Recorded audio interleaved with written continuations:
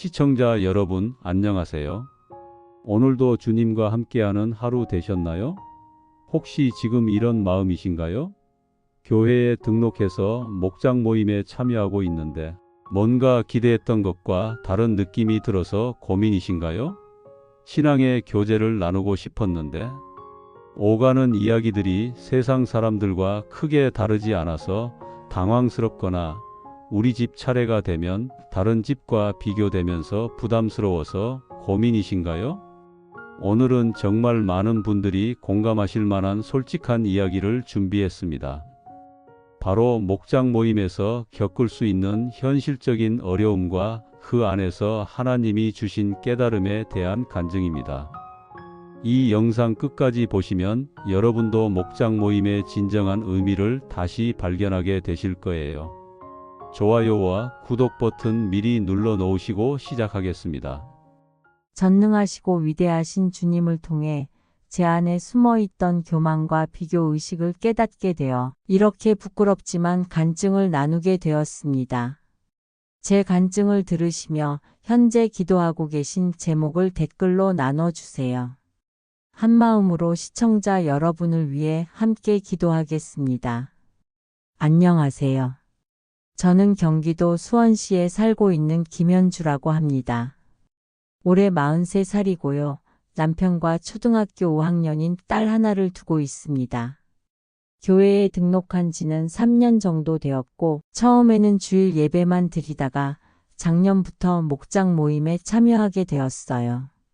사실 목장 모임 참여를 결정하기까지 꽤 오랜 시간 망설였습니다.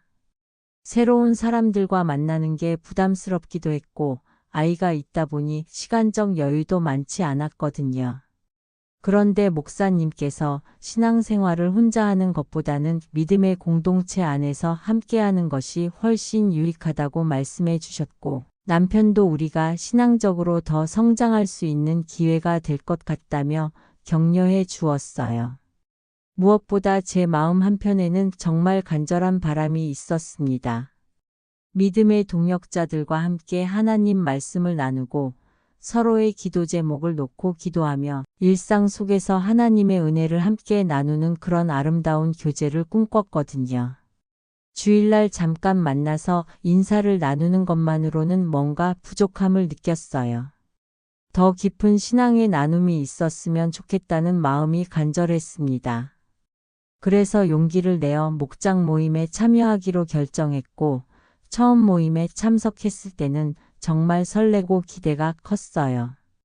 우리 목장은 8가정으로 구성되어 있었고 목자 집사님과 목녀 권사님이 정말 따뜻하게 저희를 맞아주셨습니다. 첫 모임은 목자 집사님 댁에서 열렸는데 정말 정성스럽게 준비해 주신 음식들과 따뜻한 분위기에 마음이 편해졌어요. 찬양도 함께 부르고 간단한 말씀 나눔의 시간도 가졌습니다. 그때는 정말 이런 모임이 계속되었으면 좋겠다는 생각이 들었어요. 남편도 모임이 끝나고 집에 오는 길에 분위기가 참 좋았다고 앞으로도 꾸준히 참여해 보자고 말했죠.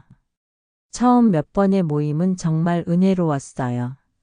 목자 집사님이 준비해 주신 말씀을 함께 나누고 각자의 기도 제목을 나누며 서로를 위해 기도하는 시간이 있었거든요. 아이도 다른 아이들과 잘 어울리며 즐거워했고 저희 부부도 새로운 믿음의 가족들을 만났다는 기쁨이 있었습니다. 특히 같은 또래 자녀를 둔 부모님들과 육아에 대한 고민을 나누면서 많은 위로를 받기도 했어요. 그런데 시간이 지날수록 조금씩 다른 면들이 보이기 시작했습니다. 처음에는 말씀 나눔과 기도 시간이 1시간 정도 되었는데 점점 그 시간이 줄어들면서 대신 일상적인 이야기들이 많아지기 시작한 거예요. 자녀 교육 이야기, 부동산 이야기, 건강 이야기 같은 것들이 주를 이루게 되었습니다. 처음에는 이런 것도 삶을 나누는 거니까 나쁘지 않다고 생각했어요. 하지만 점점 그런 이야기들이 모임의 대부분을 차지하게 되면서 제가 기대했던 영적인 교제와는 거리가 멀어지는 느낌이 들기 시작했습니다. 요즘 우리 아이 학원을 하나 더 보내려고 하는데 어디가 좋을까요? 아, 그러고 보니 김 집사님 댁 큰아이는 어느 학원 다니죠? 성적이 많이 올랐다고 들었는데요. 우리 동네에 새로 생긴 아파트 보셨어요? 분양가가 생각보다 괜찮더라고요. 요즘 집값이 계속 오르고 있으니까 투자해 볼 만하지 않을까요? 이런 대화들이 자연스럽게 오가는 것 자체는 문제가 없었지만 정작 하나님에 대한 이야기나 신앙적인 나눔은 점점 줄어들고 있다는 게 아쉬웠어요. 더구나 이런 대화들을 듣다 보면 자연스럽게 비교가 되기 시작했습니다. 다른 가정들은 아이를 여러 학원에 보내고 있는데 우리는 경제적 여유가 없어서 그렇게 못하고 있구나. 다른 집사님들은 부동산 투자도 여러 군데 하고 계시는데 우리는 전세살이에 투자할 여유도 없구나 하는 생각들이 자꾸 들더라고요. 그러면서 점점 모임에 가는 것이 부담스러워지기 시작했습니다. 특히 가장 큰 부담이 된 것은 우리 집에서 모임을 해야 하는 차례가 돌아왔을 때였어요. 목장 모임은 보통 한 달에 한 번씩 각 집을 돌아가면서 모임을 갖는데 드디어 우리 집 차례가 된 거예요. 그때부터 정말 스트레스가 시작되었습니다. 다른 집에 가서 보니까 모두들 음식을 정말 잘하시더라고요. 목자 집사님 댁에서는 항상 한 상 가득 정성스럽게 차려주셨고 다른 권사님 댁에서도 손수 만든 떡과 나물들, 정말 맛있는 반찬들이 가득했어요. 보기만 해도 정성이 느껴지는 그런 음식들이었죠. 그런 집들을 다니다 보니 우리 집에서는 어떻게 준비해야 할지 정말 막막했어요. 저는 요리를 그렇게 잘하는 편이 아니거든요. 남편도 제 고민을 알고 있었지만 뭔가 특별한 해답을 주지는 못했어요. 그냥 부담 갖지 말고 우리답게 준비하면 된다고 말해주긴 했지만 마음은 그렇게 간단하지 않았습니다. 모임 일주일 전부터 메뉴를 정하고 또 정하고 인터넷도 찾아보고 시장에도 몇 번씩 가서 재료를 살펴보며 고민했어요. 결국 제가 할 수 있는 선에서 최선을 다해 준비했지만 다른 집들에 비하면 정말 소박했어요. 모임 당일 아침부터 정말 바쁘게 음식을 준비했는데 손님들이 오시기 전까지도 계속 마음이 조마조마했습니다. 혹시 음식이 맛없으면 어떡하지? 다른 집들처럼 풍성하지 못해서 실망하시면 어떡하지? 이런 걱정들이 머릿속을 맴돌았어요. 다행히 모임은 무사히 잘 마쳤지만 정작 모임 내용에는 집중하지 못했던 것 같아요. 음식 걱정, 설거지 걱정, 집 정리 걱정 때문에 말씀을 나누는 시간에도 마음이 산란했거든요. 모임이 끝나고 나서도 며칠 동안 그 생각만 계속 났어요. 다른 분들이 우리 집 음식에 대해 어떻게 생각하셨을까? 너무 소박하다고 생각하지 않으셨을까? 이런 걱정들이 계속 마음을 무겁게 했습니다. 그런 일이 있고 나서부터 모임에 대한 제 마음이 많이 달라졌어요. 처음에 가졌던 기대와 설렘은 점점 사라지고 대신 부담감과 비교의식이 자리를 차지하게 되었습니다. 다른 집에 가서도 예전처럼 편안한 마음으로 음식을 먹을 수가 없었어요. 이런 음식을 준비하려면 얼마나 많은 시간과 정성이 들었을까? 우리는 언제쯤 이런 정도로 준비할 수 있을까? 하는 생각들이 자꾸 들더라고요. 그리고 대화 중에 나오는 여러 이야기들도 예전과는 다르게 들렸어요. 경제적인 여유나 자녀 교육, 가정의 상황들을 이야기할 때마다 우리 가정과 자연스럽게 비교가 되면서 마음이 위축되곤 했습니다. 남편도 제 변화를 눈치챘나 봐요. 어느 날 모임에서 돌아오는 길에 조심스럽게 물어보더라고요. 요즘 모임 가는 게 부담스러워 보이는데 뭔가 힘든 일이라도 있어? 그때 저는 제 마음을 솔직하게 털어놓았어요. 처음에는 정말 기대가 컸는데 지금은 가는 게 부담스럽다고 다른 가정들과 자꾸 비교가 되면서 우리가 부족해 보인다는 생각이 든다고 말했죠. 남편도 고개를 끄덕이며 자기도 비슷한 생각을 했다고 하더라고요. 그러면서도 우리가 너무 예민하게 생각하는 건 아닐까? 다른 분들은 그런 마음으로 하시는 건 아닐 텐데 하는 말도 했어요. 하지만 일단 그런 마음이 들기 시작하니까 모임 자체가 즐겁지 않아지더라고요. 신앙적인 교제를 나누고 싶어서 참여한 모임인데 오히려 세상적인 비교의식에 빠져서 마음이 불편해지고 있다는 게 정말 아이러니하게 느껴졌어요. 그러던 어느 날 정말 힘든 일이 생겼습니다. 목장 모임에서 한 권사님이 저에게 조심스럽게 말을 꺼내신 거예요. 현주 집사님, 혹시 집에서 모임할 때 너무 부담스러워 하시는 것 같아서 걱정이 되어요. 우리끼리 돌아가면서 하는 거니까 너무 신경 쓰지 마시고 간단하게 하셔도 괜찮다는 말씀을 드리고 싶어서요. 그 말을 듣는 순간 정말 창피하고 부끄러웠어요. 제가 부담스러워하는 모습이 다른 분들에게도 다 보였던 거구나 하는 생각이 들면서 동시에 왜 이런 말씀까지 해주셔야 하나 하는 서운한 마음도 들었어요. 분명 배려해 주시는 마음으로 하신 말씀이라는 건 알겠는데 오히려 더 위축되는 느낌이었거든요. 그날 집에 돌아와서 남편에게 그 이야기를 했더니 남편도 좀 민망해 하더라고요. 우리가 너무 티를 냈나? 다른 분들이 다 알 정도로? 이런 말을 하면서요.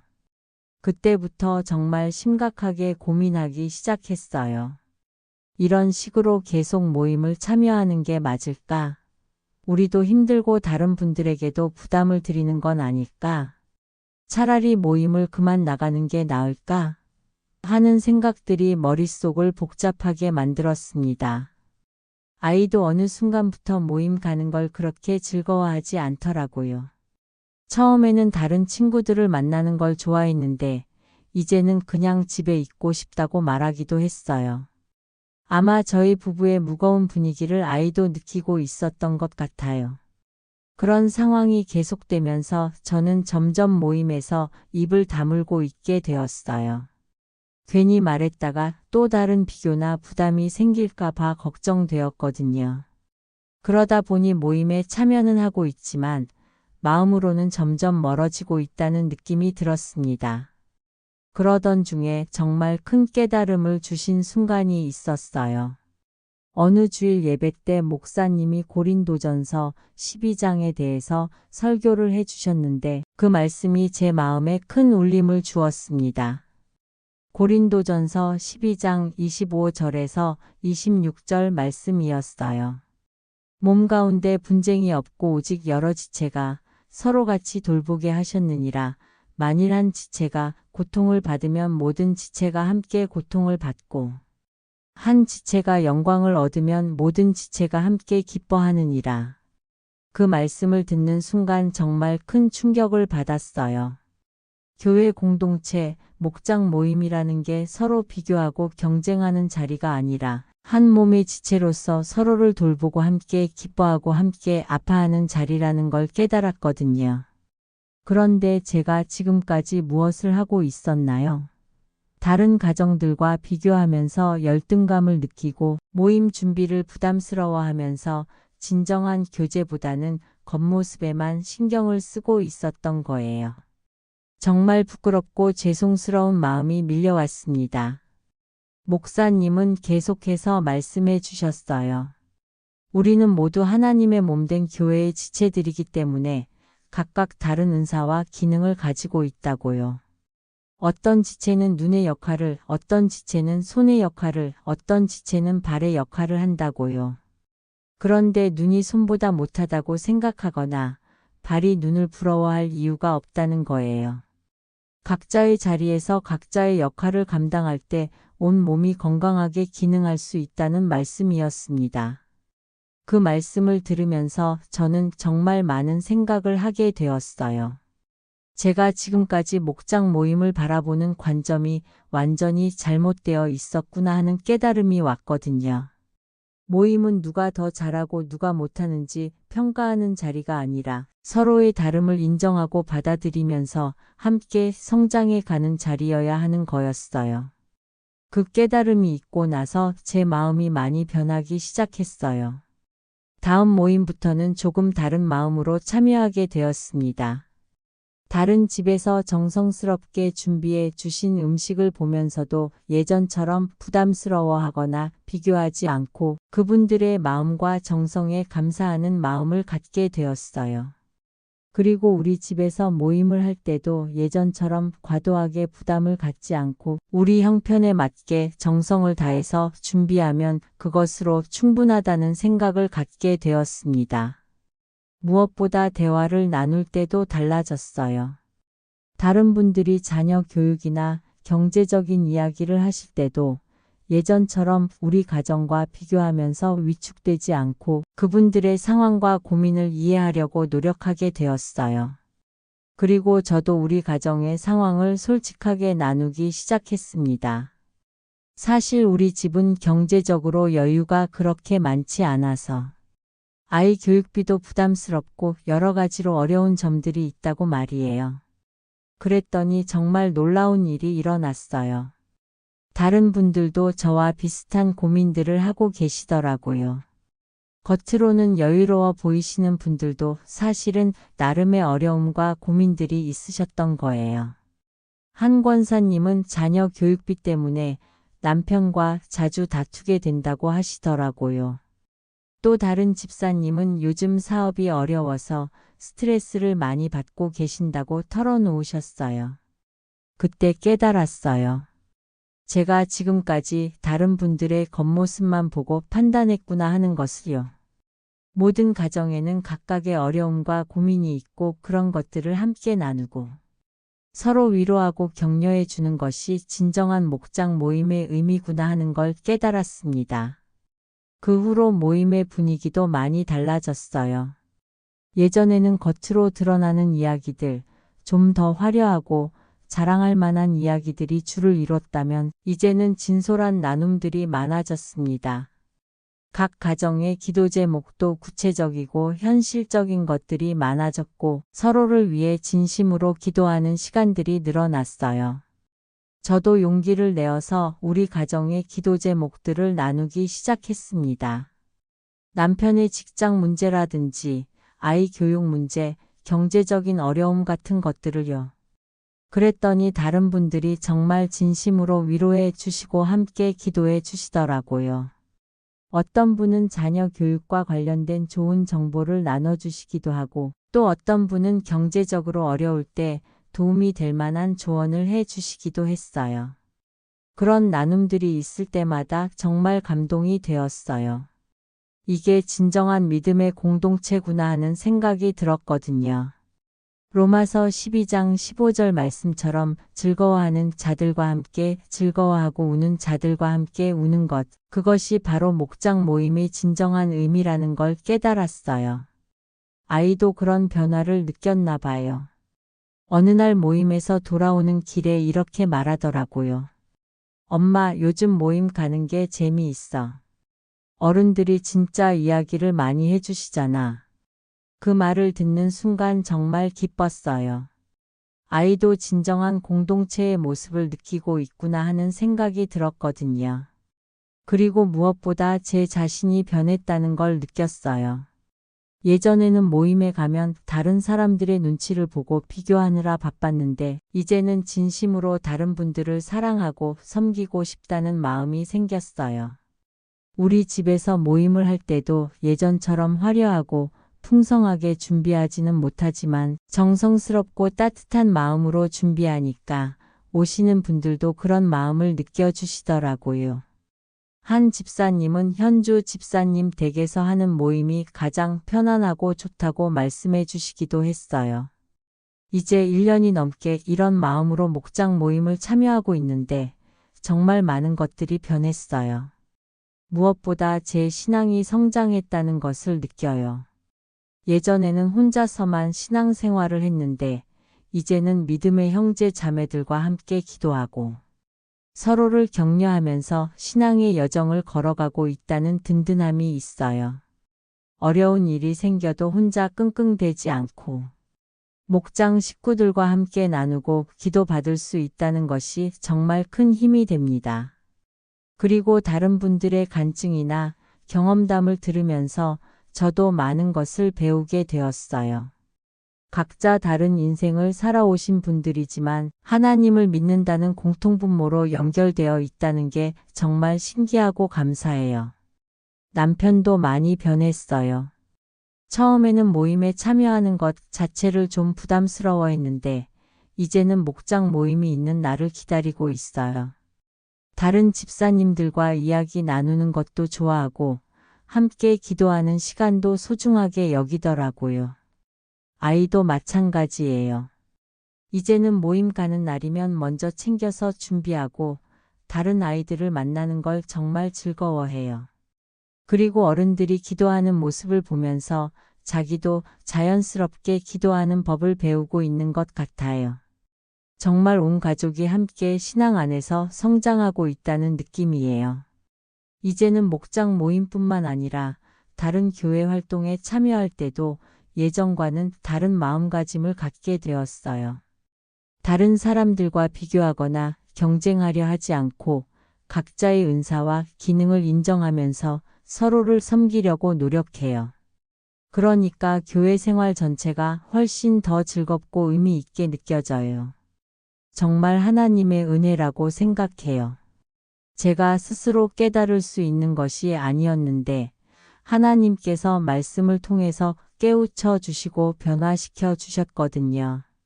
사랑하는 성도 여러분, 오늘 함께 나눈 이 간증이 여러분의 마음에 잔잔한 울림과 은혜로 남기를 소망합니다. 혹시 지금 목장 모임이나 교회 공동체 안에서 저와 같은 고민을 하고 계신 분이 계시다면 그 마음을 충분히 이해합니다.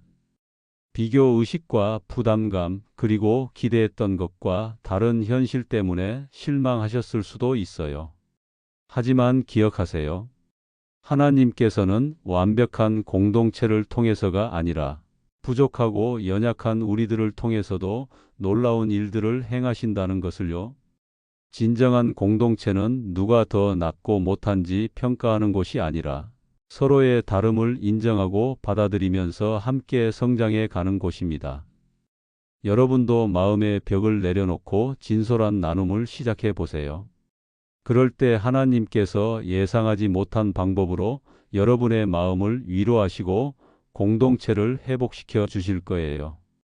혹시 지금 이 순간 마음에 떠오르는 기도 제목이나 함께 나누고 싶은 고민이 있으시다면 댓글로 남겨주세요. 같은 길을 걸어가는 믿음의 동역자로서 진심으로 기도하겠습니다. 그리고 여러분의 목장 모임이나 교회 공동체 안에서도 이런 아름다운 변화들이 일어나기를 간절히 소망합니다. 하나님의 크신 은혜와 평강이 여러분의 가정과 삶 가운데 충만히 임하시길 기도드립니다. 모든 비교와 경쟁을 내려놓고 서로 사랑하며 섬기는 진정한 공동체의 아름다움을 경험하시길 바라며 오늘도 여러분과 함께 하시는 주님의 임재가 더욱 진하게 느껴지는 하루가 되시기를 우리 주 예수 그리스도의 이름으로 간절히 기도합니다. 아멘.